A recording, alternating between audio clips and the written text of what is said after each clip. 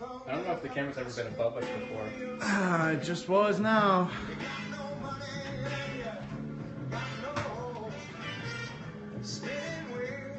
I like that guy. I do like that guy. Kevin Eubanks, eat your heart out. If we had an audience, they'd laugh right when we said that. Oh, welcome to the John Charlo spin video extravaganza. Big audience in the crowd today. Everyone, I think John Charlo knows Stephen Werner, Red Cox captain. I'm Brandon Corbett, obviously, and in the vintage shirt when we were a face before we had the heel turn. And Travis Strojny has moved back behind the camera today. He's your producer. So if you have any questions, please ask them because I will take them. yeah, I mean, we need them, kind of. All right. So recap, what do we know so far, Steven? Well, Garcia division, headed by the Wolfpack and the Red Cox, and the Ringler division's got the Wicked Aces and the Diablos, so pretty even divisions right now, if you don't, my opinion. Yeah, I mean, if you're looking Garcia, the Cox 3-1 against the Wolfpack, but they were probably the second best team in the league last year. It's a good thing they moved over there probably for the league and balance and all that sort of crap. Ringler division, what did they do last year? It was 6-5-1 between the two of them. So that's they're going to be shooting for that division. You have to think, right? The Aces lead that one 6-5. That's a tough division. I don't think anyone wants to get spun today. I think I said that 2 weeks ago when we were talking about this day. I don't think anyone wants to get spun right now. But looking at those teams, the Wolfpack have 86 to spend. The Aces have 50. So the teams that are at the top of those divisions, they can't make many improvements. You're in a lot better position. You have $142 to spend. So you can spend almost $50 per player. Probably won't spend 50 per player, but probably You could. yeah. That wouldn't be very smart though. No. I mean, you get 3 5-star players-ish. Right. that's how it's gonna work. And then the LDL fall in the middle. They have $110 to spend. Chandler doesn't seem to think that's a lot of money, but I think it's number 4 in the list. Yeah, there's just a lot of teams kind of clustered right around 100, 110. So there's going to be a lot of bidding after the top 2 guys go, who are going to be astronomical. And that's the thing with the way the draft pool looks right now. There's probably only about 3 or 4 what you would classify as elite players. So those guys are going to go for a lot of money. And then you're going to have like kind of, I don't want to call them 3-star players, but like kind of middle of the road players are going to go for a lot more money. Yep. You might see a guy who would have gone for $25-$30. He might shoot up to 60. Right, exactly. Just because there's not a lot to choose from. So, inflation. Donald Trump would be proud. It's a bear market, though. It's a bear market. There you go. That's what I was looking for. But also with those, it's a complete reshuffling right now. You guys jumped from Ringler to Garcia. LDL was jumped the other way. So, ideally for me as commissioner, what I would love to see is 2 Ringler teams from last year spun this week and next week, because that would guarantee it would be 2-2 in both divisions, or 2 Garcia teams, either way if you want to go with that. But not a Ringler and then a Garcia next week. That's what I don't want to see. I'm hoping these guys end up in the Ringler. I think everyone's kind of hoping that right now, for various reasons. Some for talent. Yeah. Some because there might be a really fun Easter egg that comes up for them. Craig Skinner's really good. Craig Skinner is really good. Yeah. So It would be an interesting division. They were the third points team, the third place team in points last year, weren't they? Even though they finished 4th. Tom Brady, everyone. He's barely on the the thing. correct, He's right? big They were in the there. 3rd place I team by think points. so. I can double You check guys that were for 3rd because of the division. Yeah, Yeah. Flying Squirrels were 3rd. They were only a game behind you. Yeah, well, we threw the last series. Yeah, you did some silly stuff. If you did not do that, Scott's ERA would have been probably Just 0.7. Just stats. All right, but anyway, since we have Stephen Werner here, and since his team was spun last week, we thought we'd ask him some questions. First up, what was your immediate reaction when getting selected last week? I didn't have an immediate reaction because I didn't watch the video till like a day later. Okay, immediate reaction when you watched the video a day later. I was happy. I like the Wolfpack. They're a great team. We did beat them 3 times to 1 last year, but none of the games are ever really a blowout. There's always like a 1-2 run game.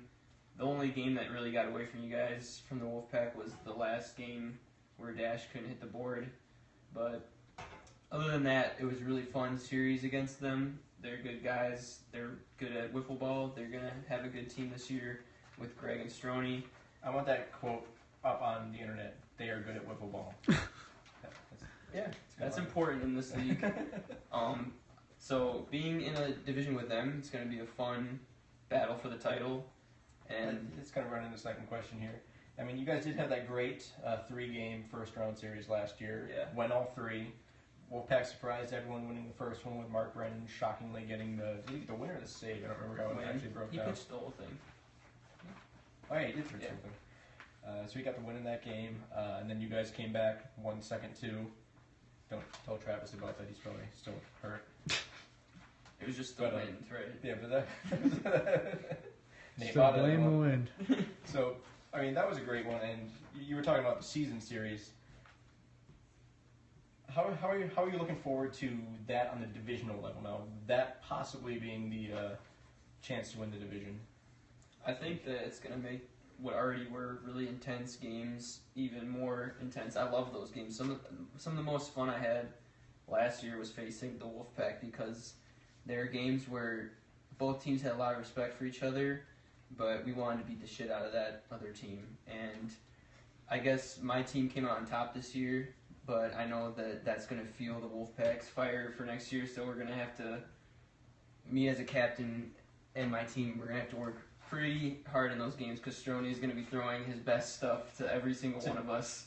It's not just going to be, some kids wearing red this year because we're kind of under the radar at the beginning of last year, and Dash thought he was going to walk all over us, and he did pitch a good game against us. He did get the only win in the regular season, but I think we got it back. So there's a lot of blood to be spilled still. There you go. It's going to be good, and they're good guys, so I don't have to worry about Greg Brannon beating me up after the game. It's always a good thing. Follow-up question: which team do you think does not have any respect? What do you mean? You said that there was a lot of respect between the Wolfpack and the Red Cox. What team do you think doesn't have any respect for the other team? For the Cox or just in general? In general, or for the Cox, I don't really care.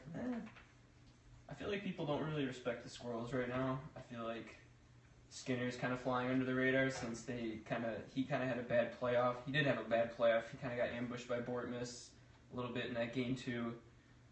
So they're flying a little under the radar. They lost Diagnis and they had a captain switch. So I think that they kind of don't have much. They don't really have that much respect from the league right now. But they're gonna have a good 2016.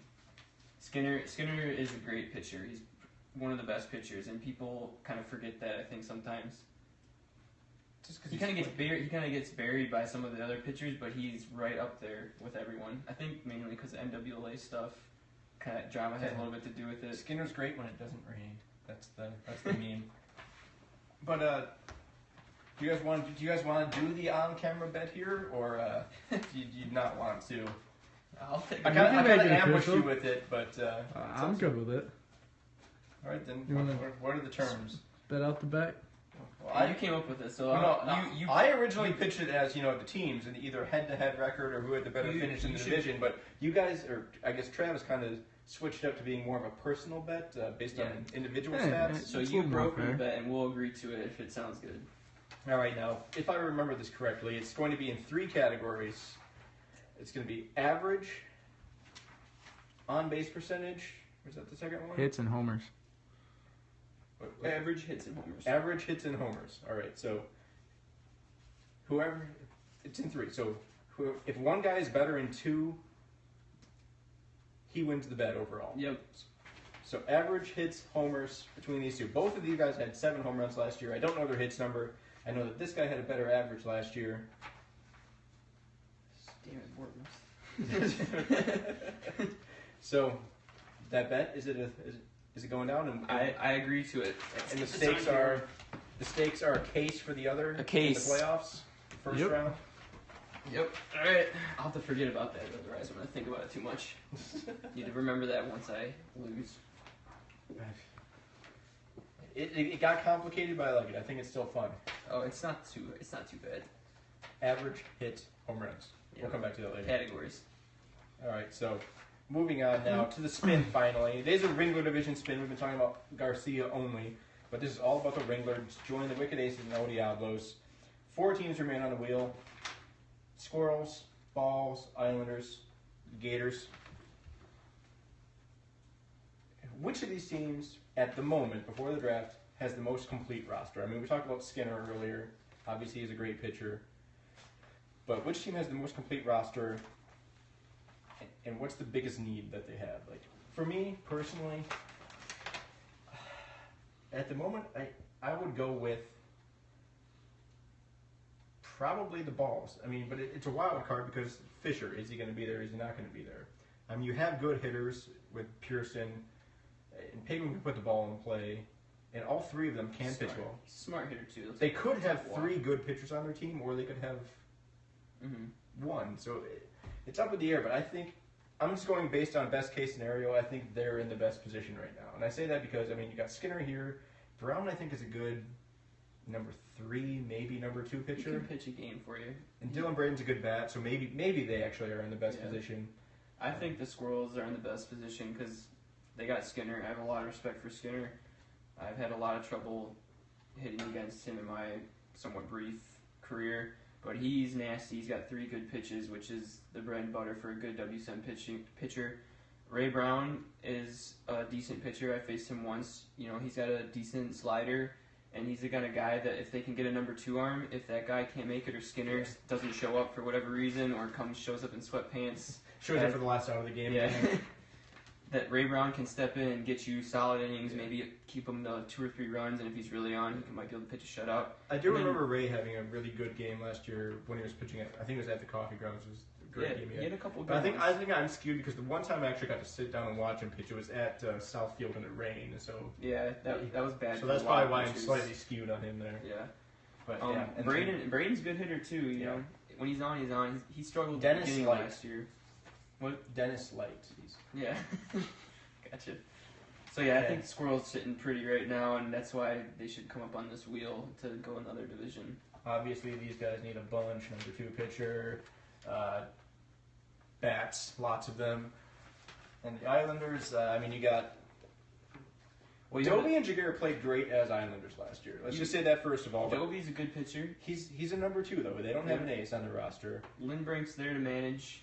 He can fill. He's a decent lefty. He was a triple machine last year. So I mean, like I think they have 3. I think he knows his role very well, which is good. So he'll step in and. I think what they have right now is 3 utility players, or 3 role players. No, Jaguar was apparently the best hitter in the league, actually.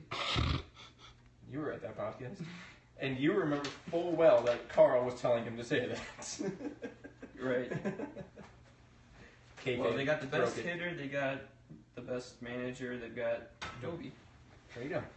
So what else do you need? Castle, Gendron. They got money too. Yeah, they do have $160, so add that in, and they're in a great position. All right, now obviously they're not the only things on this wheel. We got 2 open spaces now because that's what happens when you take stickers off of a wheel. And what we decided to put them in here. This one here, AOG, the airing of grievances. Yeah, you can kind of zoom in if you want to. Airing of grievances. Everyone obviously knows the Festivus tradition. If that one comes up, whoever spun the wheel is going to call out somebody, whether it be somebody that have a problem with Mark Phillips or Michael Sessions or somebody who hasn't signed up for the draft yet, and they'll yell at them for a couple seconds.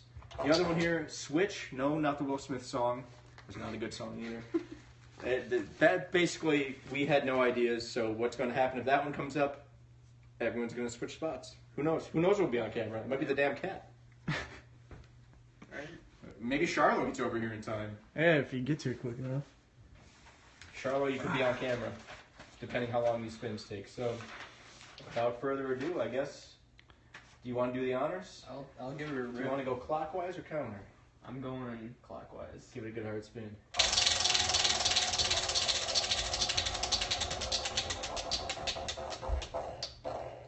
And we got the switch, of course.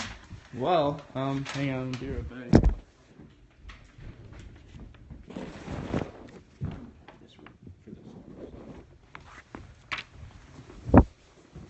You're not even on camera. It's okay. I guess we're just going to go ahead and spin again.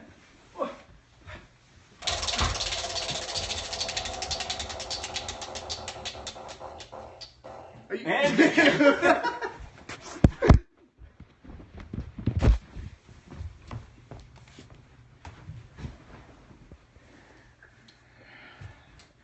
all right, I guess this is be Travis. Maybe we want to go counterclockwise this time. I don't know. Let's see.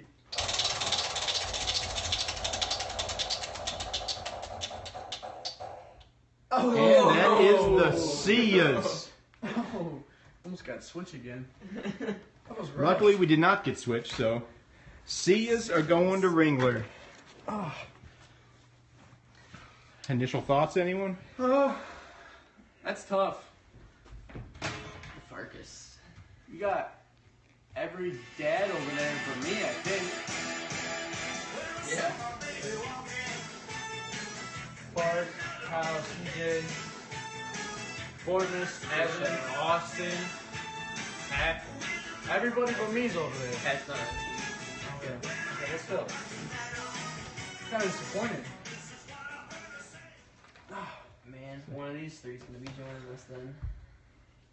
The Ryan Alexias are the third team to go into the Ringler division.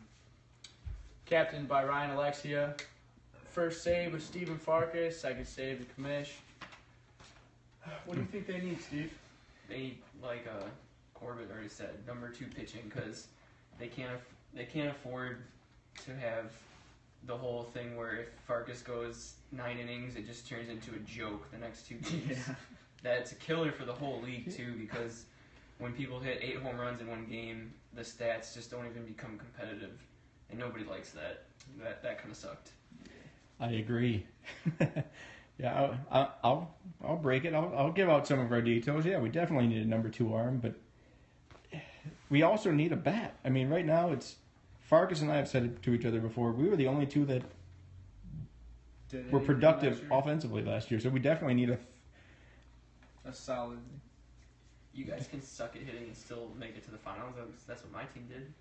It's true. I mean, you guys are the kings of 2-1 wins or 1-0s. 1-0, yeah. Okay, for Kyle, how is it collusion? The wheel was on the screen when Travis spun it. What's collusion? He's saying the spin wasn't shown, even though it was. That's hoe shit. It is hoe shit. That's hoe shit. It was on the screen. Do we have more viewers now? Kyle says you're hot, by the way. We have 3 now. Kyle's on, because we're Kyle, Charlo, and I don't know who number 2 is. Because I've only recently had the camera. But, so... What's everyone excited about? Does anyone want to... Who do you guys want next week? We got the 2 Garcia guys here.